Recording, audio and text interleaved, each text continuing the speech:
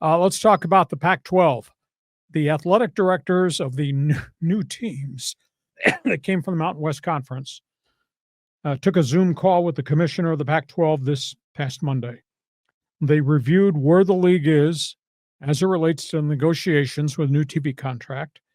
It's evidently going to be a 4-network package for the new Pac-12 in 2026 when it kicks into gear. They have indicated that each of the current schools, the San Diego States, the Boise's, the guys that are joining the Pac-12, signed their grant of agreement, which gives the conference permission to sign now the TV deal. We're led to believe it's going to be with 4 different networks, all different day parts, etc. They are also given the conference commissioner permission to extend an offer to one more school, which would make them an 8-member football playing school. Nobody knows at this point whether it's Texas State or Rice. It does not appear it's UNLV because UNLV had a deadline a week ago. They had to sign paperwork if they were going to exit the league. Their fee would have been $18 million to leave. They never signed a paperwork, which meant they're staying. If they try to leave now, it's $36 million exit fee. UNLV does not have that money. So if there's expansion coming pretty quickly, I would assume they're going to make this announcement. Maybe it's going to be tied into the TV contract. I don't know whether it's going to be Texas State or Rice. Rice obviously is in a bigger TV market. That's in Houston. So it'll be interesting to see where that goes. Meanwhile, San Diego State, after the House congressional settlement was announced, the $2.8 billion deal, announced the formation of another fundraiser to help keep San Diego State in the upper echelon as they go into the Pac-12. And the response from the fans hasn't been good.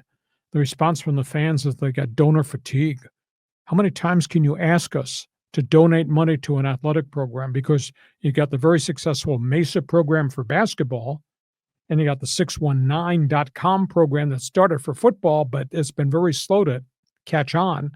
And now you're going back to your alumni and your donors, and I've asked them for more money because they're trying to raise more money to put it into the pot. So there's a big issue at San Diego State, probably like there's a big issue, I think, at a lot of the other mid-majors. So that's the latest with the Pac-12, the Mountain West Conference, and obviously SDSU. At Boulder, Coach Prime has not been on campus for weeks. He's missed all of his off-season football camps for kids in which he teaches. He's back in Texas. The report is he's had more blood clot problems. He had blood clot problems in his leg. He had blood clot problems in his toes, which led to an amputation. He has not been back on campus. Now, he just yesterday texted that he's in good condition and he'll be returning shortly, and there'll be more details when he comes back. But obviously, his health has kind of become an issue, his post-NFL health with these different injuries to his legs and his feet triggered by blood clots. That's kind of a serious thing. So, John, that's where we are with all things college football. Yeah. Heart goes out to Coach Prime, man. Get well, get healthy soon. Hey, comments though I have on the Pac-12 thing and then on the Aztecs. So for the Pac-12, first of all, is not a power conference, right? No. It used to be the group of 5. So now is it the group of 6 and the Pac-12 is part of that, or? They believe they're supposed to be part of the group of 5, but really it's a group of 4.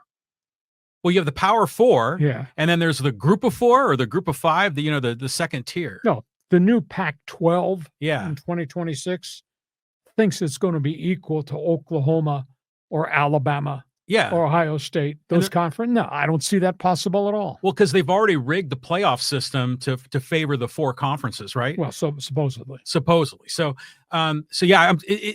Let's go back to the Aztecs for a minute, and I saw a headline from Ziegler.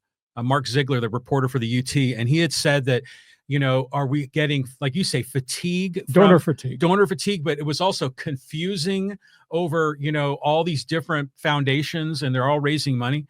So it just seems to me that you would be able to find a way to have certain channels that apply to certain groups. Like you'd have an alumni, foundation, and you could target that for whatever sport you want. You could probably have just a general donor campaign in San Diego County. And then there would be the third category would be the corporate, donors. So if they can market this clearly, they can, I think, get over the confusion, because I think people, they really only need to be getting hit up by one group. Otherwise it just becomes like a feeding frenzy. I don't know how many times you can tap the same people. No, you can't, because San Diego State's support is like this.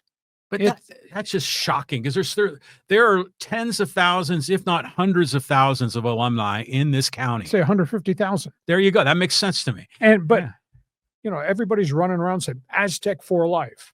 Well, where the hell are you? How come your football program has 5,900 season ticket holders in a brand new shiny stadium? Well, I'll tell you what, the people that do show up, those 5,900, they are Aztec for life. Those guys are loyal. And they go to basketball and football, and but it's such a small group, right? Because in any other community, like in Norman, Oklahoma, you've got a lot of people there that aren't necessarily alumni, but just the general area that go out and support Sooner football. No. We need that in San Diego. Long time coming. I don't see it right now. No, yeah, I don't see it either. And I'm sorry. I've got a whole pile of friends, Aztec alums. Some still like football. A lot of them are all into the whole basketball thing because everybody likes to be with a front runner. I don't see Aztec for life. I don't see it in the hallways. I don't hear it. I don't feel it in the community. Well, for the longest time, Aztec football had its glory moments. Certainly when you were broadcasting, and then back in the 60s and 70s. Coryell era. Yeah, so they were good then. But it was a long time ago. It was a long time ago. So I would think that, Aztec fans just wants to be convinced. If you win, it's not if you build it, they will come. It's if you win, they will come. Aztec for life. I don't see it. Anybody else out there see it? Fans Forum chat box is open. We're doing this podcast because we cover the big topics every day. And we do this because we want you to join us. Hey, we get to halftime.